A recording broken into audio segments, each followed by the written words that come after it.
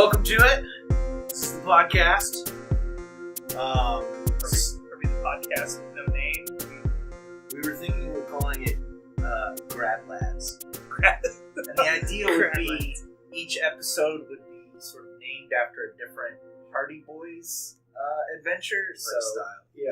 maybe you talk about the adventure of the Uncanny Valley or the mystery of the missing lac. Yeah. We get into Lacan. Excellent. So we're still kind of playing with that a little Yeah. bit. Very good.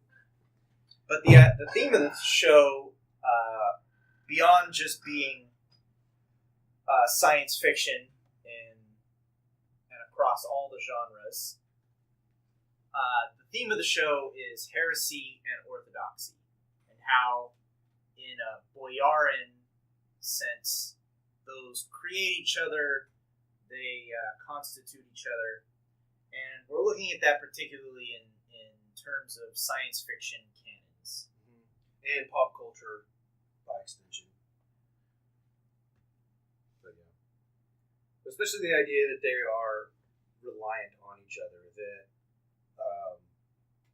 a heresy is created out of an orthodoxy, but then what is orthodox is made definitive because of heresy. Self-perpetuating Right. thing. And then, yeah.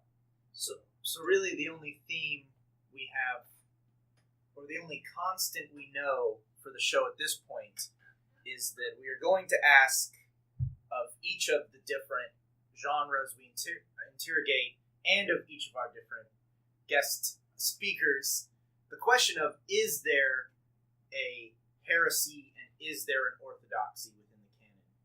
And that's why we brought you on, Michael, to talk about comic books in general and Captain America in particular, because I know from various conversations we've had that you feel very strongly, but very differently than most people, about the Captain America sort of Hydra world comics. Which is weird in that I actually don't have an opinion one way or the other. I just like what anyone does with the character. I usually, which is funny because once people start saying no one should ever do blank with Cap, I immediately then want to be like, no, then that means they should do it even if they're wrong, because it helps you just reaffirm what you like about Cap. So when they bring a new artist in or a new author, you can go, see, my Cap is back. It's like, it's fun. So by being exploratory with the character, kind of reaffirms what makes the character the character. Yeah, I mean, there's lots of. We'll wind up talking about all kinds of stuff. Excellent. I'm sure it'll be. It's not just Cap. They do it with Spider-Man. They do it with. They'll kill a character, replace him for a while. They'll see if it does well. It never does well, and then Like Superman dies. yeah, well, that's also a really good thing. But then at some point they go, oh hey, did you know you all really like the original? Well, ta-da, he's back. Also, look, we have a new #1. Our sales are up, and across the board, we make profits for this thing. Oh, look, it perpetuates itself. Right. But it also means that for years, if you don't like the normal character, there's always going to be some schmuck who'll come along and go, did you know Jean Grey was a terrible character? I say we kill her and bring in somebody new. Claremont X-Men has a lot of that stuff. It bombed in his face. So, Right. Well, maybe before we dive back into that, we should introduce ourselves. Yeah. So, Sam, you want to go first? I'm Samuel Fatzinger, graduate student here at UTA, one host of the podcast. I'm Gabe Momola. I, too, am a graduate student here at UT Arlington. We were considering calling this podcast The Heretics of Jerry World, because it is very interesting to try and pursue the humanities under the shadow of this hulking silver AT&T dome. But I'm another host, and our guest today is Michael Greenhale. yeah, I mean, I go by Greenhale. Like, my wife and I merged our last names, but if anyone ever wants to look me up, you can just Google Michael Hale, and then so I do a guest panel or guest column for a website called Comicosity. So you can just Google Comicosity and either just my name, Michael Hale, or just the Comics Classroom, and it'll bring up my column. I've been very lucky to write for them for like 2 years, so I've got all sorts of stuff squirreled away. Some of it really good, some of it really bad. you wind up finding a column article that you're like, this is garbage. Please don't. It may have been a bad day that day. Right. So there's lots of stuff. And they're a really good website. And I'm glad to have been hosted through them. So I'm glad to be hosted through you guys. Hopefully, whatever I can contribute will be. And you were also a graduate student at UTA, as well as the managing editor of the the STET Literary or Interdisciplinary Arts and Humanities Journal. You can just, if anyone who's listening ever wants to look at it, it's just STET at UTA.edu. I say that now. My learners will come back to it. Fair enough.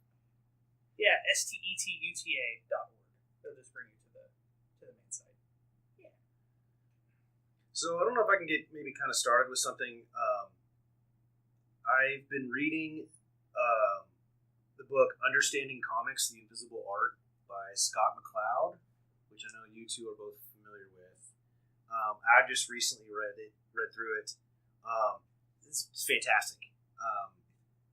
It's the Old and New Testament of comic academia. It's his McCloud is chiseled on the cave walls of every comic dissertation. Right. It's sort of like if you don't have McCloud, you'll probably someone will laugh at you and be like, oh. Well, it was interesting that it was like it's about a little over 20 years old, and while some of it is dated, of course, just from technology, as well as references that he makes, there's still so much of it that is amazingly pertinent to talking about comics in like a theoretical or a critical approach, which I found really fascinating because I haven't read a whole lot of comics. I grew up with X-Men, of course. I wasn't super well read beyond that. I read some Batman standalones, not so much comics, but that was kind of got me into some graphic novels, and I read some other graphic novels as well. So you guys definitely have a lot more to say about that than I do, but that book enlightened a lot about the form of comics beyond just basic content, which is what I, in a nostalgic sense, really assigned to comic books is thinking about, when I think about X-Men, I think about my childhood, but that book really got me to rethink a lot of what comics really mean. So, what was the X team of your childhood? Were you at the age where it was like the team that had like Storm, Gambit, Jubilee, yes. the 90s, classic 90s? Sure, exactly. I collected the cards. I was into the comics, and then about 2 years later, the cartoon came out. So it was like world shattering for me that became an animated reality. Yeah, that was definitely my group. I think it was most people who were born around the 80s, right. And then were 8 or 9, or anywhere from 5 to 9 or 10 in the 90s. Like that's most people's introduction. Yeah. Well, of course, I also was really into Batman the Animated Series, which was the same kind of deal. I grew up with Batman, and then you get the same kind of deal, like this bringing to life the animation of these stories that you already knew. It was a whole different. The art in that show was just exquisite. Oh yeah, the sort of Art Deco backdrops and all that. It's both modern technology, but everything looks like it's 1930s. 30s, yeah. Which the new Gotham TV series is actually a lot like that. Like their technology, the city is like dilapidated and ugly, and it's clear that they have modern advances in technology, but all the cars, most of the cars look like they're from like the 80s. The police station equipment looks like it's anywhere from like dilapidated 60s equipment that doesn't work anymore to like high-tech internet scanner, like high-tech scanners and printers. It makes sense in the show. It's really cool because I think that's always the best thing about Batman is it should never be able to be dated. Right. Because the minute it is, then it can be put into, that's that person's Batman. Right. And it's classic. Yeah, that is interesting because there's many iterations of Batman, but Batman is always going to be everybody's Batman. Yeah. Whereas X-Men in particular is not, and that actually creates a really big people who will. So anyone who's say older than probably most of us are will probably not identify that classic 90s team. They'll probably, if they read it at the beginning, they'll be like, oh, my X-Men is Iceman, Marvel Girl, not Jean Grey, Cyclops, and Beast before he was blue. Right. That was best Beast. So even that team setup creates ways for people can get in on it and say, oh, this team is my team. Any team that is not this team is not real X-Men because it wasn't what I grew up with or it wasn't what I liked. Like, I guess, like, nostalgia heresies. Right, yeah, the idea that there's an original or a first team or something like that. Yeah, and that's actually been a huge problem for X-Men in particular is every new writer wants to say, my team is the best team. I'm going to disband any team that was before me. Now I'm going to make this new group, and this X-Men team is like best X-Men team. And usually with varying degrees of success, it either works or then as soon as that writer's gone, someone goes, well, I really like Nightcrawler and Juggernaut. Yeah, I know they should normally fight, but let's have them be on the same team. It's like the ultimate mix and match comic. You can just assemble whoever your childhood looks like best. That's why Jean Grey will never be killed, really. They'll always bring in someone that's like, I want her back. She was an original character. Right. That's why she kept getting resurrected over and over and over again. So that brings up an interesting question for me, because I know you talked about how Marvel as a comic book company, so not the Marvel Cinematic Universe, but Marvel Publishers, is moving away from introducing new X-Men stories and new X-Men characters, because then those would belong in terms of their digital rights to Fox. Right. So here's my question in terms of our overarching theme: Is Disney, Marvel, everything? They are now everything. Are they making of the X-Men a heresy? Are the X-Men heretics in the Marvel universe or even the Marvel Cinematic Universe? Yeah, hell yeah. Yeah? Absolutely. I mean, it also depends on, I might think it depends on what you ask. What are the X-Men being used for? So if it's just a print comic that won't really make anyone any more money than they already have, I think X-Men is probably fine. They have so many characters that even if they say, which they have as I understand it, they said, just don't make any more new characters. There are still so many characters, like an infinite sea of mutants, despite mutants always being endangered or close to being extinct. There's always a million of them. Right. That I think that could even, I haven't heard of any author or artist complaining, because then they can still go, oh, I can go dust off this character that someone made that no one knows about, and then bring them back in and either seem like it's a nostalgic callback to an earlier. But as far as like movies, there's all kinds of do not touch these characters. You may not use these. You may touch these, but only use these in context with blank. Like say if they got permission to bring in Apocalypse, that would be he has been sanctioned as blessed by both Fox and Marvel and the studios as being he's allowable in the movie universe for special purposes only related to this story and no other reason. Whereas in the comics, whatever. Right. Because you can't have mutants in the Marvel Cinematic Universe. No, they have right? to be enhanced persons. The word mutant is bad news bearers. Right. Legally speaking, Licensed. Right. like that's why Scarlet Witch and Pietro Quicksilver they can say, because that was a weird copyright issue because they were in Avengers and X-Men at the same time, and so it was kind of who gets dibs? Right. So they said, fine, you can have the character, but what makes them iconic to the X-Men universe as being mutants, you just can't have that term, which also means they can't be Magneto's kids. Right. That's their entire origin has to be completely different. Well, no, because originally they were used first as we just have wacky powers. I believe they were still mutants, but later it was a retcon of sorts to be like, well, who was their family? So then there was like, surprise, it's Magneto. Right. Which is why they're so powerful, especially Scarlet Witch. She just has the power to have lots and lots of powers, kind of like Balrog from like Cartman's character. Yeah. But that's a long progression of like decades of comics being like, what does a hex power look like? No one knows. Or the Omega Mutants. Yeah. Scarlet Witch has always had the power to be whatever power the writer wants her to have at this moment up until like the 90s. And then once they decided, oh, she's actually so powerful, she can do whatever she wants. Right. Then the comics have been a consistent sequence of let's make her really powerful when we need her to be, and then immediately yank her power away from her so that people won't complain. Well, did they essentially do that with Jean Grey, except for they killed her instead of taking her powers away? Yeah. Because she's an Omega mutant, right? I mean, she's like ridiculously powerful. She's not What's an Omega mutant? They're like past level 5 or something, like beyond even Magneto and Professor X. They're like, as I understand it, in the 90s, 2000s, they wanted to have like little baseball card-esque kind of little images to where you could have a little meter and you could go, how powerful is my mutant as opposed to this mutant? oh yeah. And so, My brother Seth and I collected the crap out of those cards. and if I'm wrong, it may have been, but it was around then, where they wanted to have a ranking to go, how powerful is so-and-so? And I think they only ever came up with like the 5 most powerful mutants. One of them is Iceman.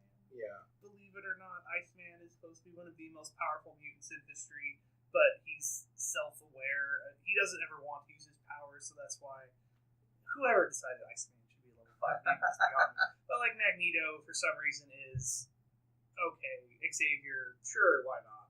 And Jean is supposed to be, but that's a retcon of what has she been through up until this point in comic history. Well, her- And then her of course she is. blending with the Phoenix too, because then it's no longer just Jean Grey too, right? Well, yeah, Yeah, I'm saying that's how they get around it, right? Like how powerful they can be. Yeah, it depends on what you read and when, because that's the best and worst part about comics is it's all going to depend on, well, who did you read? Do you approach the canon of the story? Like, if any of you pick up any new comic, they'll load you with all kinds of ideas like the Phoenix Force is X, Y, or Z, and it has these powers and these things that are unique to it. But that's only after 15 writers have come along and scribbled down their cool ideas, and they have to keep it consistent and canon most of the time. Canon. Well, so To avoid heresies in a Right. way, because the more you have to say each writer contributed this bit of the story, so it's organic. It then seems like, by understanding, say, the Phoenix Force as being, or Jean Grey as being a level 5 mutant that is also super powered or whatever, it's saying, I understand the canon, non-heretical, accepted cosmology of this character, and it is blank. So it's kind of cool that whenever you say this character is level 5, it's to me, it's neat because it means that you've understood enough of the history to go, up until now, is it true that this character is these things? Because if you were to say, I don't think people normally say it, but if you go, I stopped reading about this character after blank, and so to me, this character will only ever be whatever. Like Jubilee's a vampire, or has been a vampire for a while now. wait, what? Yeah, no, vampire and single mother vampire. At one point, a few years ago, some writers decided that who cares about Jubilee? She's not been interesting since the 90s, and so Was she then? Yeah, she was really popular. She was the Kitty Pryde for people who didn't know who Kitty Pryde was. Oh, okay, yeah. Because I see that. they, for whatever reason, they didn't put Kitty in the X-Men animated series. They went, Wolverine needs a buddy sidekick, so let's have it be Jubilee instead of Kitty. And so they went, yeah, okay. And she was really popular she was the introductory character in the cartoon. She in the pilot, right? That's how. Yeah. Blasts her VCR. Yeah. So I mean, okay. So really, I got two things I was going to ask you about, just about what you were talking about. One is the idea that you have these list of qualifications, or these, not maybe a list, but there's a range of qualifications that are placed onto these characters, like after the fact, that kind of gives them their own like language or set of descriptions that they can therefore be talked about that were maybe not originally included in the creation of these characters. One, and then two, if maybe we could talk about the idea of a canon, and just like any other kind of canon, like who authorizes that, who builds it, who's in control of maintaining it or policing it. But Whatever editor does or doesn't do their job. I mean, but there's got to be a conflict in that, right? Which is a direct relation to the idea of like an orthodoxy within the form. Not even just comics in general, but especially like just we're talking about X-Men. You know what I mean? I mean, even if there's in an opening talk about something that isn't X-Men, canon is to parallel this with another franchise, ironically also owned by Disney. So if you look at Star Wars had comic books for decades, lots and lots and lots of comics. Their only rule was hey, don't trample on the writings of another author. So with a universe that big, some authors would write stuff and they would have infinite amounts of time. In the 90s, someone went, hey, what does the Old Republic look like? We don't know. No one's ever done it. George will let us do whatever we want because nothing's considered canon unless he says so. But he'll let us write any story we want. So some authors went, lightsabers in the Old Republic have big, long, goofy cables that connect to old backpacks. And in the ancient days, lightsabers were battery powered and they were really clunky and they were really kind of crappy. And there was no hyperdrive. The Sith were a species that had an Egyptian-like culture and blah, blah, blah. That was stuff in the 90s. That was the Old Republic back then. And so at some point, another author came along and basically went, I see this author did this. I'm not going to write anything close to what they did, but I'll still borrow these things. And Lucasfilm or the Dark Horse Comics never really stepped in. They just went, as long as you're not purposely contradicting someone else, you can write whatever you want, and it won't really matter, because who cares?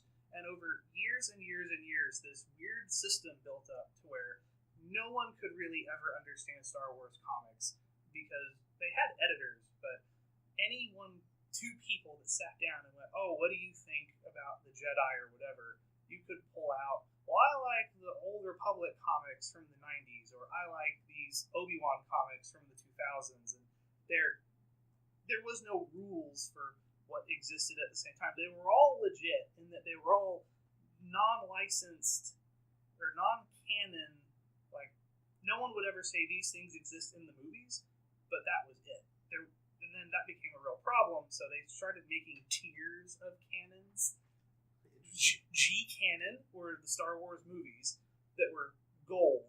Those were the untouchable pure canon, like a pyramid. They're at the top. Well, untouchable to everybody except George himself. Below that started being sub-official LucasArts sub-properties, like the Shadows of the Empire video game was a big deal because it was a canon LucasArts product that spanned, like, it had a book, it had a Nintendo 64 video game, it had trading cards, it was a licensed, officially accepted, but non-movie property, and I believe that was the sub-canon. Then anything below that was George lets you all write whatever you want, like the books and stuff like that. It would be like, George won't contest what you're writing, but if you were to come up to him and say, hey, I made this character, are you going to include him in a future Star Wars movie? He'd go, it's my prerogative, but I'll probably choose not to. X-Men comics, for example, or like all other comics, had the same problem, but they had active editors. Like, Marvel had Jim Shooter, for example, who was a really, really strict, as far as I understand it, really authoritarian figure who would be very quick to lay essentially the editor hammer on someone who would say, write something, and he would go, no, you cannot do this. Bad writer, bad. What was he using as his criteria to say what was within the bounds of what we want X-Men to be doing and what is outside of that? The editor's prerogative. Really? Yeah. There would be editors in-house at Marvel. So, like, for example, Shooter, as I understand it, so he wrote a really good Avengers comic that was really famous for, like, the Avengers Mansion gets invaded by, like, the fourth version of the Masters of Evil. A bunch of villains break into the Avengers Mansion and wreck up the joint while everyone's away. And the Wasp, Janet Van Dyne, is the only character there who actually winds up saving the day. So, like, in that story, Shooter would say, you're allowed to use these characters, and the editor would have to keep track of all the other characters everyone was using. So it could also mean that if an editor wanted to, say, kill a character, or someone like Shooter would step in and go, I see your intent to kill this character or imply X, Y, or Z about another character. Don't do that. Or don't do this. Like, for example, Alan Moore is, like, the best kind of person who, without an editor, he'll just do whatever he wants. Right. Like, there was, no editor sometimes for him. And so he would start making really interesting, like, Green Lantern was a system where he made a story set way, way in the future, and he decided to tell the story of the last Green Lantern, just because he wanted to do it. Instead, an editor would have the prerogative going, hey, I don't think we need that story right now, because we may want to do something with that in the future. So an editor at the time would have full license to go, I don't like the direction you're going to take this idea, or this may cause problems for us down the road legally, or whatever. It's literally completely up to whatever editor is in charge of that era. And some of them are really famous for being completely hands-off and letting their creative stars, like with that kind of stuff with Marvel. Like Brian Michael Bendis might have some great ideas for a new Spider-Man or a new universe, and an editor might say, sure, Brian, go nuts. Make whatever you want. We really like you. We like your ideas. We want to nurture that. Go Godspeed. Make whatever you like, and we'll deal with the repercussions later. Where some editors would be very strict, and they have final fiat of saying, no, you may not do this story. You may not do X, Y, or Z. Like right now with Spider-Man, it's been really controversial that he's still not married to Mary Jane Watson. So at some point, editors made a story where Spider-Man made a deal with quite literally Satan to try to save Aunt May's life. An editor, they looked over that and they said, fine, this will undo a thing that we found problematic for our story. And that I think sometimes editors have to step in, and sometimes they can say, hey, this plot from 20 years ago, too racist, too sexist, too bad for our business, too whatever. And then they would have, if they're the editor in charge, they can say, yeah, let's fix that. Let's find a good in-story way of fixing this little problem. And it works better, it works bad. So Dan Slott's been writing Spider-Man for like a decade. And he is adamant, and he and his editors agree, they are never going to have Mary Jane and Peter get back together for as long as Dan Slott is writing, and as long as an editor agrees with him. But Dan Slott had another idea about bringing a dead Spider-Man character back to life and wanting to use him, and the editor said, we'll let you do this, but we think somebody else should write this character if you bring him back. You're doing too much. We want to stymie your attention elsewhere. So I think most good editors do the best they can for their business, and canon is just whatever the market needs at that time without seeming completely disrespectful to tradition. Well, that brings me up to another question I had, which is, how do the fans help, or the readers help constitute the sort of orthodox image of any given superhero or any title or book beyond simply being consumers? Or is that really the only way in which fans can actually establish what is the real Batman story? What is the real Captain America story? I mean, I'm curious. I mean, Batman, right? Batman has. This is weird because it's harder to talk about what version of Batman anyone likes in a comic because he's less identifiable than like a film version. Let's just, as an example, let's go with the film version. Which film version of Batman, or any voiced, acted version of Batman, like, do either of you two like the most? What's the best for you personally? What version of Batman is like, that one is spot on for me because why? Well, I'll say it's honestly Lego Batman. Lego Batman. Precisely because he somehow occupies this sort of shared ground. Like, if all the different Batmans are spotlights that are aimed in close together but not at identical things, there's an overlap where all those different Batman spotlights kind of aim. Those bat signals, if you will, where they all overlap. And Lego Batman lives in that. Now, he does it, he's like a platonic Batman. Yeah, and who's aware of being both the eternal Batman and then also every other instantiation. You've seen it, right? I actually haven't. Oh, it's great. There's a great scene. But I know about it, that it's a character that can reference every version of Batman he's ever been while still being the Batman. Right, and I guess I would argue that is an orthodox Batman. That what Lego Batman has is sort of the true Batman. But how does that get created? Like, Batman is so old, in part, that there's just been so many different Batmans that at a certain point, an orthodox Batman gets sort of embedded in our consciousness. So Well, so I mean, Batman originates in like Pulp Fiction, right? And I don't even think he was nearly the same. I mean, he's not even close to what he has become.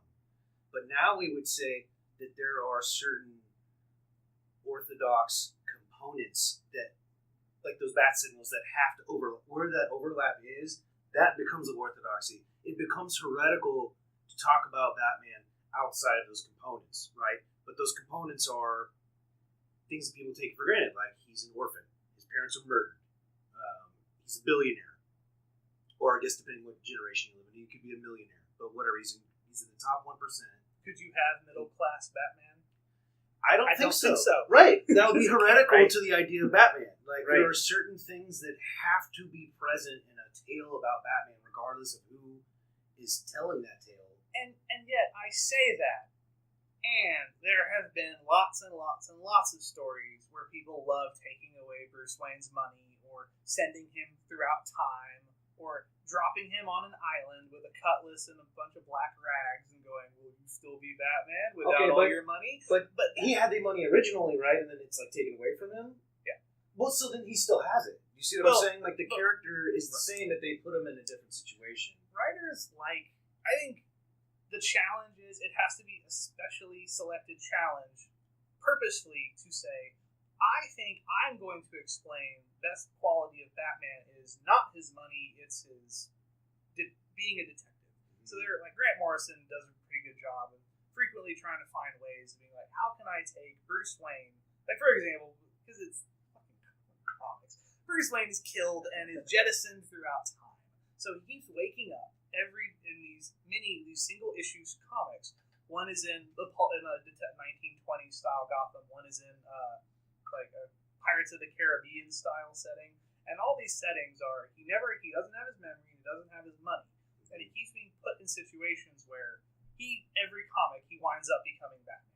He winds up finding a way to put a mask on, to use deception and like muck up some pirates or some gangsters or whatever. He has to be, that intelligence is key to Batman too, because he not only figures out that he does detective work, but he also has to be able to MacGyver his way out of situations using technology.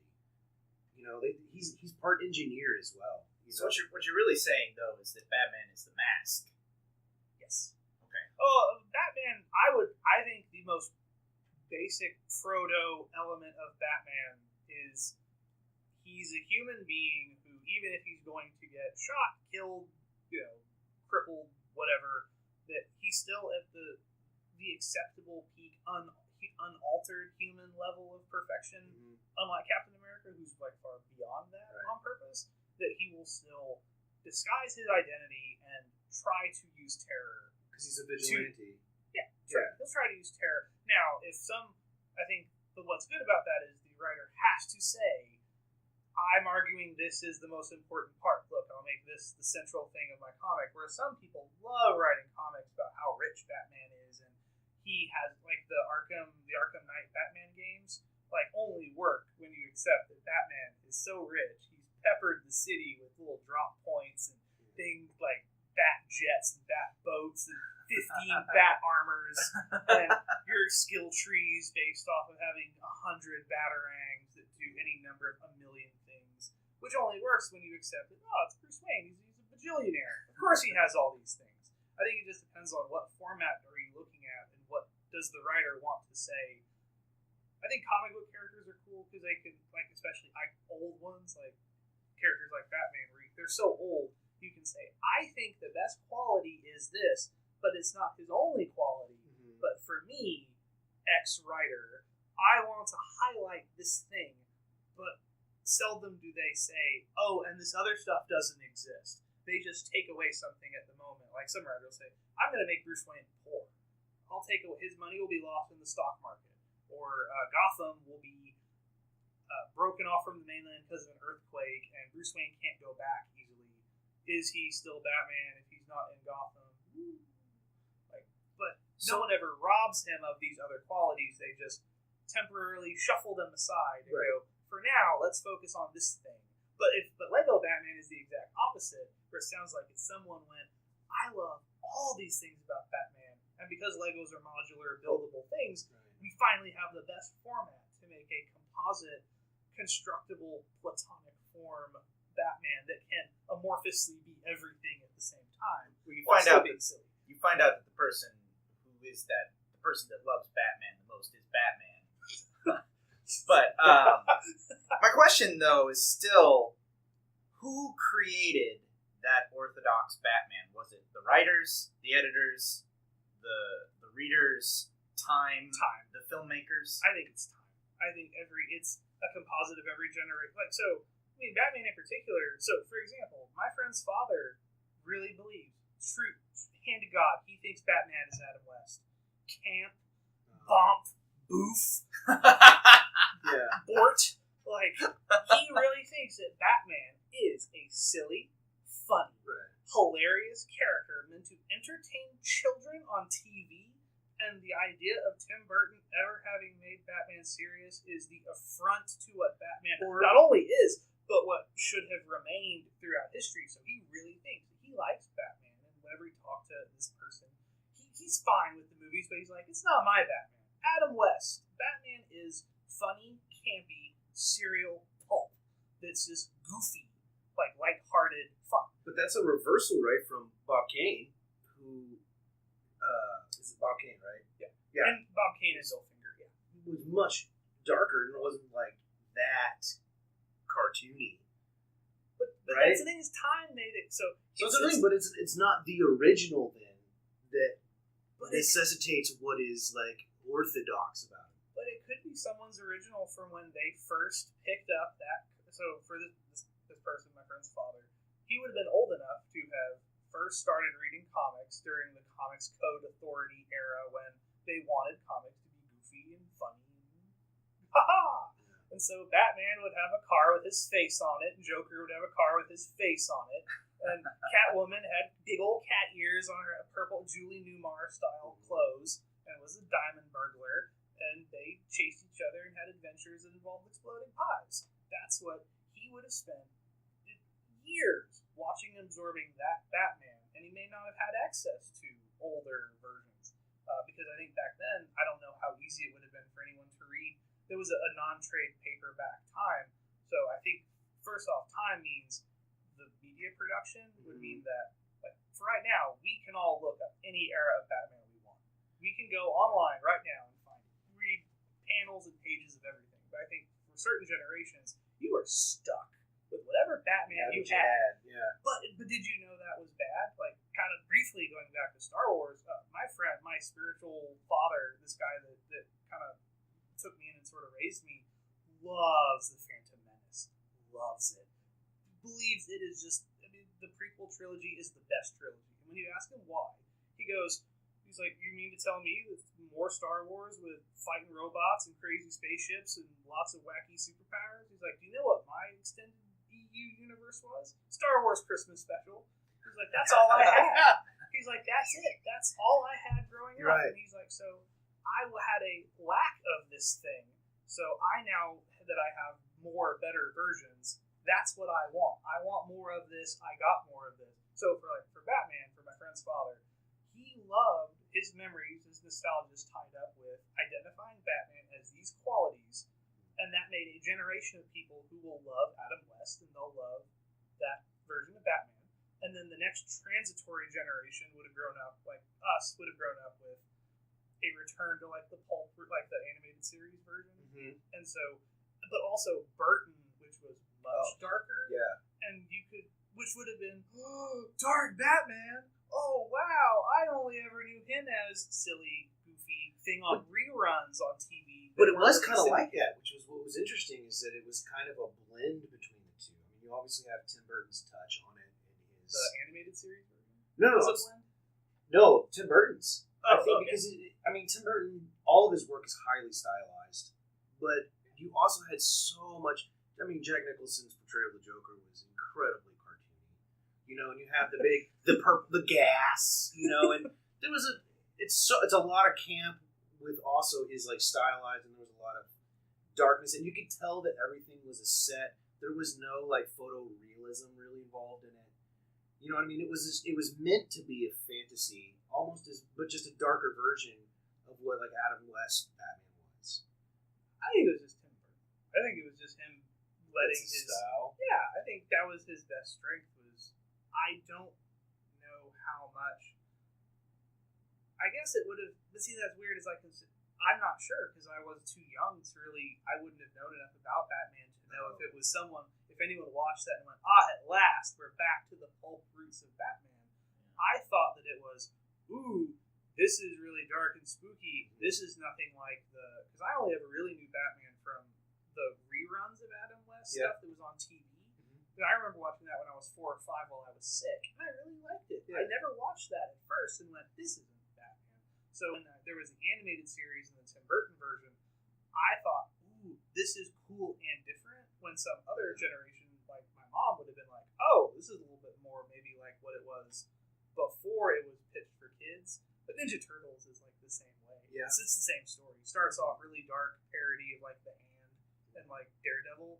Then they're like, hey, let's pitch it to kids. And that's what some people grow up on. And so then if you ever show someone the original dark, bleak looking Ninja Turtles, which is still kind of satirical, some people look at that and go, ugh, I don't want to Not my turtles. Yeah, well, some people go, I don't want to read this. I had no idea. Yeah, no. It was dark. They were like, yeah. Well, I mean, it was still kind of silly-ish, So but it was like a teenagers parody. still. Yeah. It was a parody of Daredevil, and it was Split Shredder is killed in like the first issue, and instead of the hand, that's why they're called the foot. Oh, yeah, duh. And it was this like super, like they had the Frank Miller gravelly voiced, like, it's dark.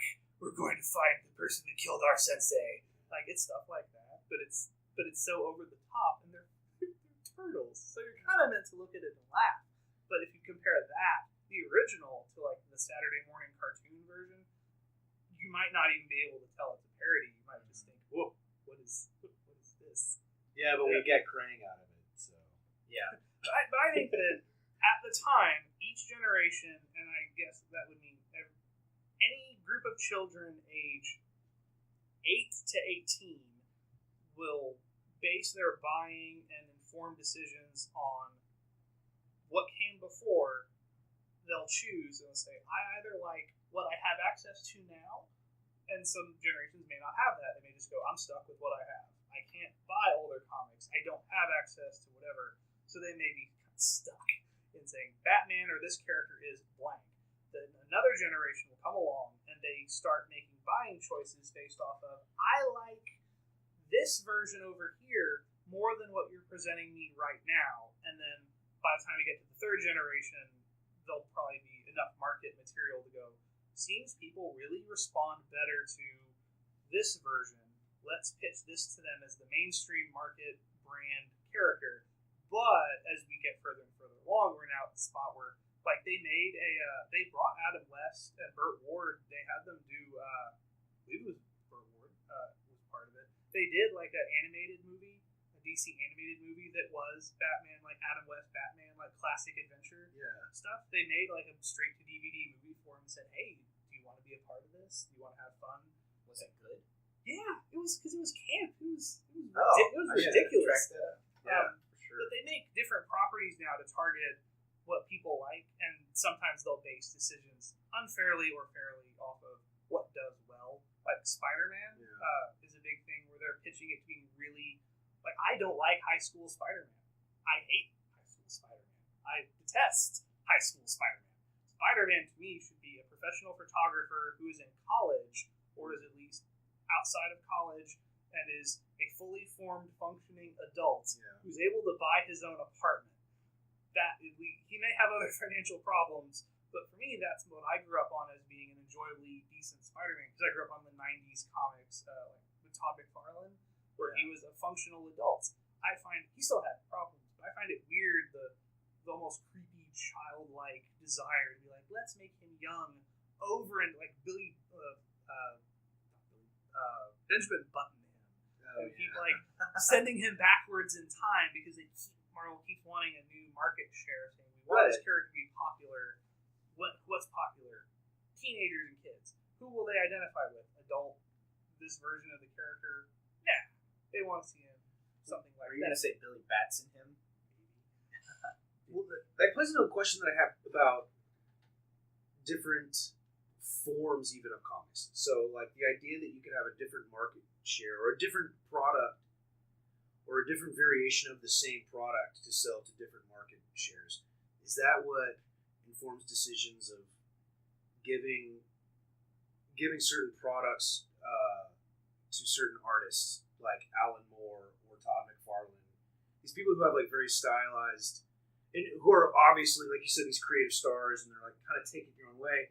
It becomes, in my mind, then it becomes, because you read an Alan Moore book and you think of it like it's a graphic novel. It's not a comic book. And I know that that's a stupid and dumb distinction, because the very idea of a comic book has this negative connotation of being something that's like low level art value, which I don't think is correct. But I do think that there's a difference maybe in like what you give to the general public, that's kind of maybe a bit watered down or much more easily accessible. Like say like a Batman, you have a random Batman comic, but then you give a Batman to like somebody who, like an Alan Moore, who can take it and make something very dark and like a one standalone story. See, they do not really do that anymore, and I think that is a bad decision from Marvel and DC. You don't really have called OGNs, original graphic novels. Like a lot of what Alan Moore is famous for were these one-shot stories that you didn't have to be reading the mainstream comics to understand them. They don't do that anymore. I read recently Saga of the Swamp Thing, and it was totally different than like the Swamp Thing in the 80s that I grew up with. It was like cartoony and stupid and campy, and then that book is like dark, sad as hell. Yeah. It's so sad and like touching, and there's so much like sacrifice involved, and then the idea of questioning what it means to be human, and like all these kind of philosophical ideas that you would, you read an Alan Moore book and you expect. Well, before that, Swamp Thing was who the hell cared about Swamp Thing? Which is sometimes the best thing. Is sometimes canon, the orthodoxy is bad, in that it's boring and it's stale, and who cares? So sometimes a heresy can be someone coming in and going, the original foundation of this comic is rubbish, or was not cared for by anyone, so who care if I change it? Like that's what a lot of good artists and writers sometimes get their start on, someone coming in and saying, what's your worst selling book? Or what's something that no one wants? I'll turn it into something good. Like some people would argue Daredevil, like same thing with Frank Miller. What was Daredevil before Frank Miller? Who cares? After Frank Miller, that's when shit got real. And now we can start having a really good discussion about what is a good version of this character or whatever. But they don't make original graphic novels anymore, which means that it's really hard to get into comics. It's really hard to find new voices. Yeah, a lot of it. It's so. Why not? Why don't they? It's just money. I'm making the money sign, like shuffling money with my fingers. It's not a very tiny violin. No, it's a very tiny $100 bill. It doesn't make the. For all the good things in the comic book industry, what comics are now is not what they were even 15 years ago. 15 years ago, the comic was the property you were selling. If you wanted to do something, the material object of the comic book. If you wanted to do something edgy and experimental, let's make an original graphic novel or a one shot or something like. You would experiment by making something interesting and unique. Like I just started reading the original run of Black Panther. It's really, really good, but it's really, really good because it was considered not a viable book. Because literally, if anyone can ever do it, you should read the Marvel Masterworks version.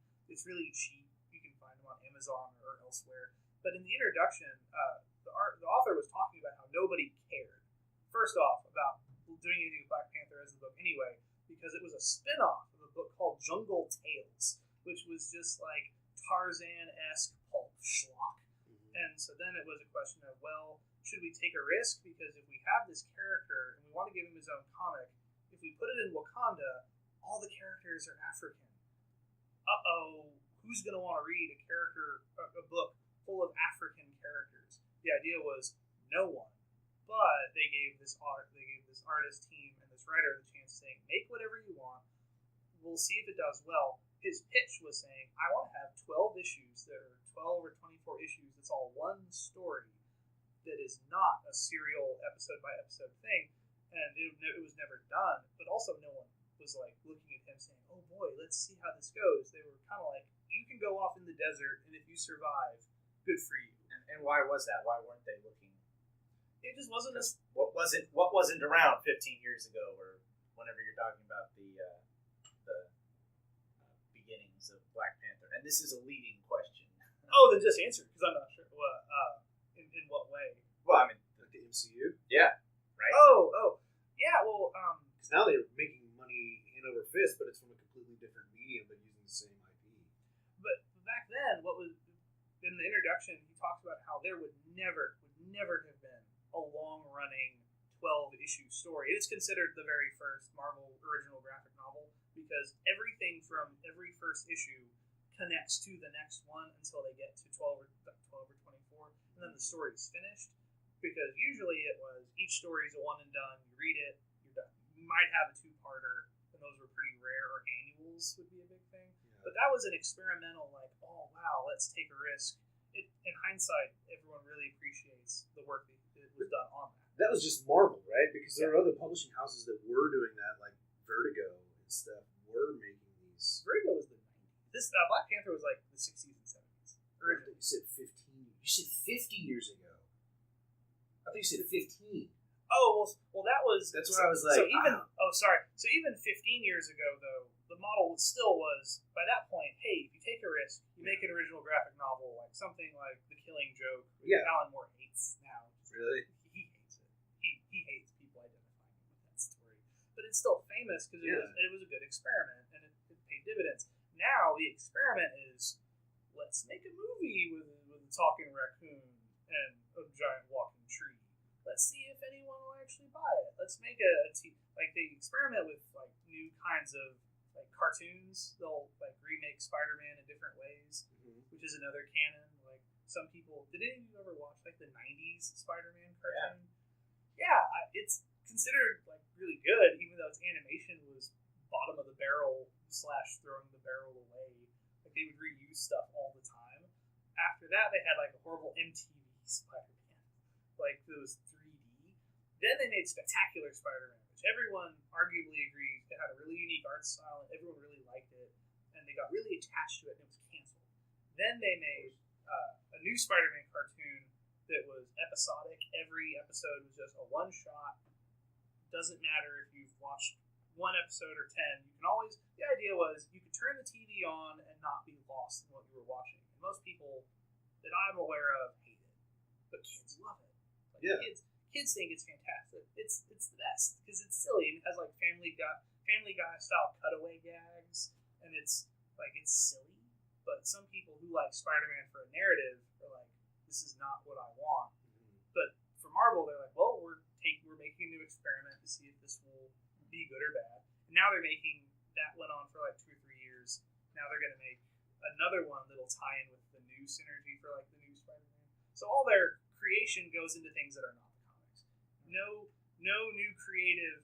All comics are good for is either letting an author create their idealized vision, good or bad, or creating new material for someone to then turn into, say, a TV show, web series.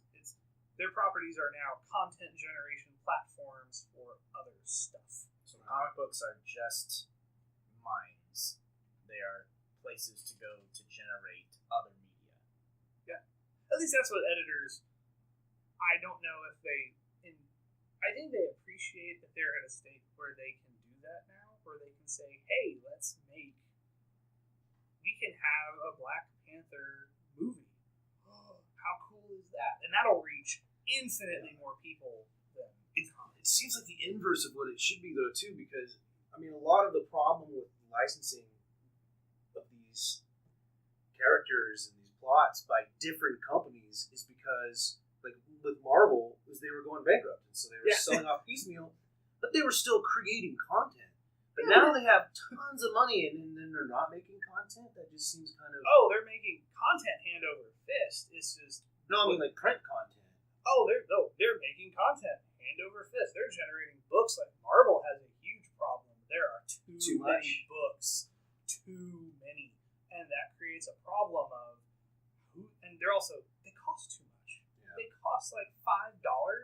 for 20 pages, some of which aren't that good.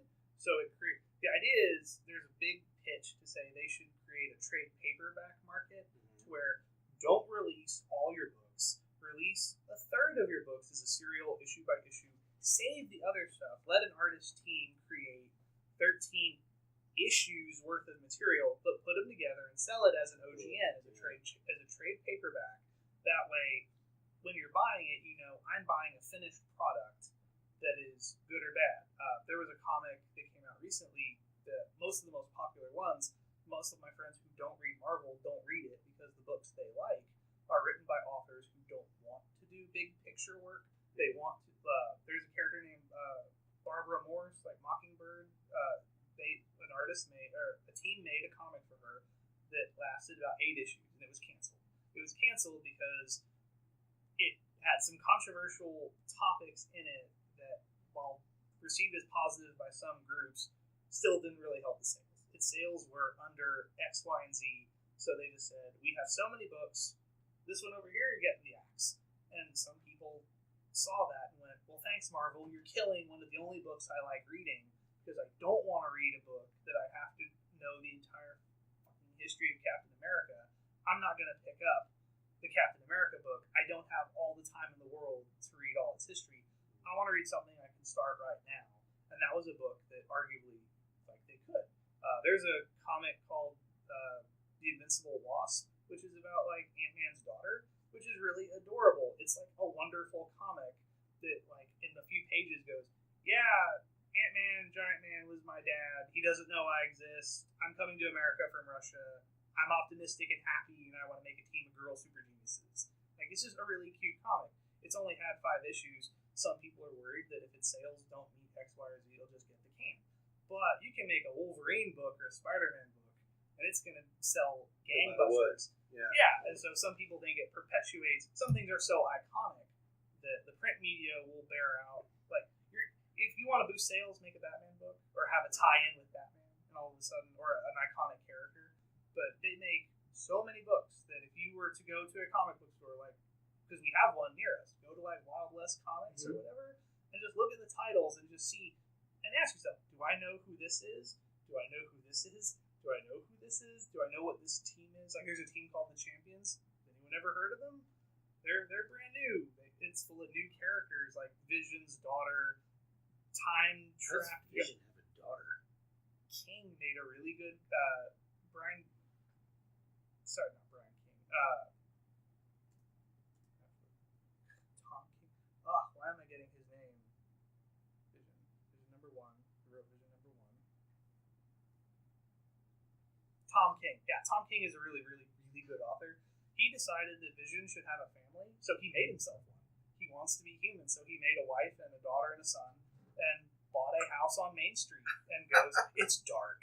It is so, it's interesting as hell. It's really good. Tom King is really good. And so Vision's daughter joins this one team that has like a younger version of different, like there's Cyclops from one of the best things X-Men ever did was bring in some of the, like there was the Days of Future Past story. Well, so they made the Days of Future Present, where the original X-Men team gets thrown into the future, so it's their like teenage selves stuck in the present.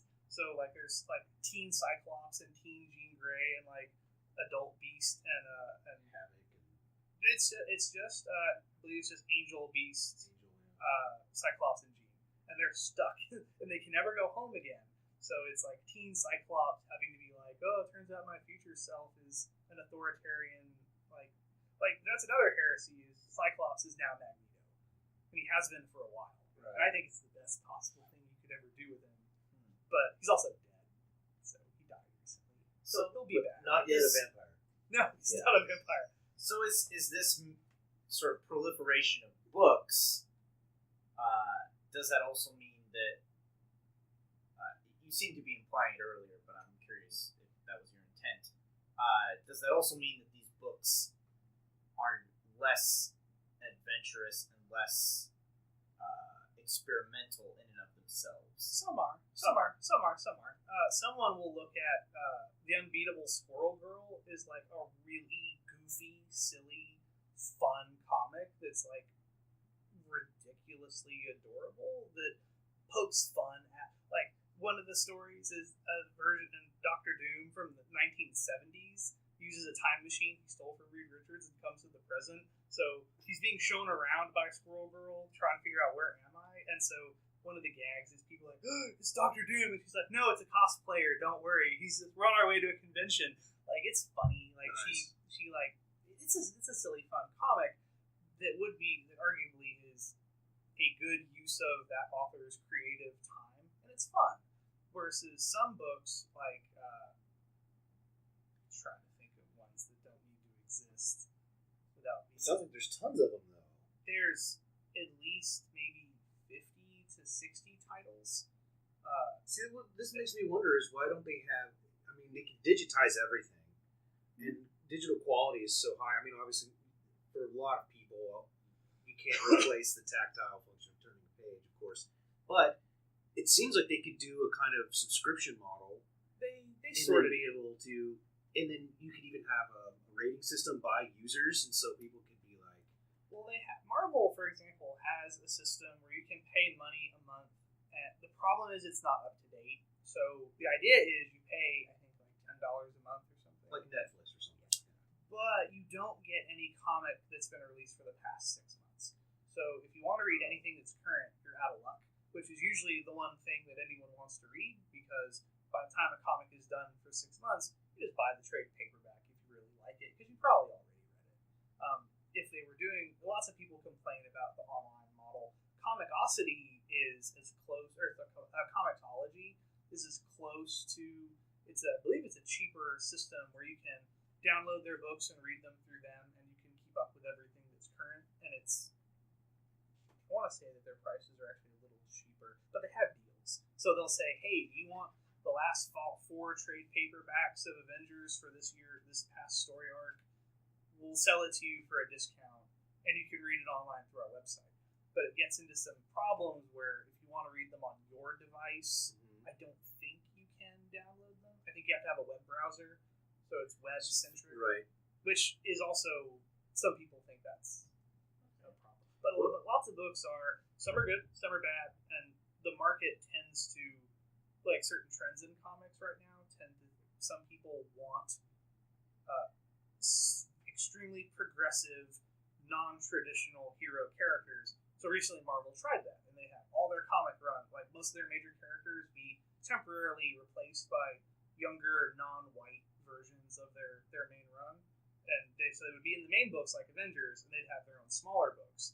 And so some people would argue that was not a good experiment because people weren't buying them.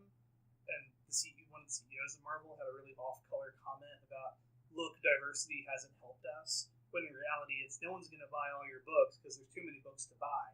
They're just going to stick with, let's just buy Old Faithful Avengers or Old Faithful whatever, like an established brand. We're not going to buy a new book with a new character. We'll buy the long-running traditional stuff that we know will weather whatever marketing storm is going to hit you.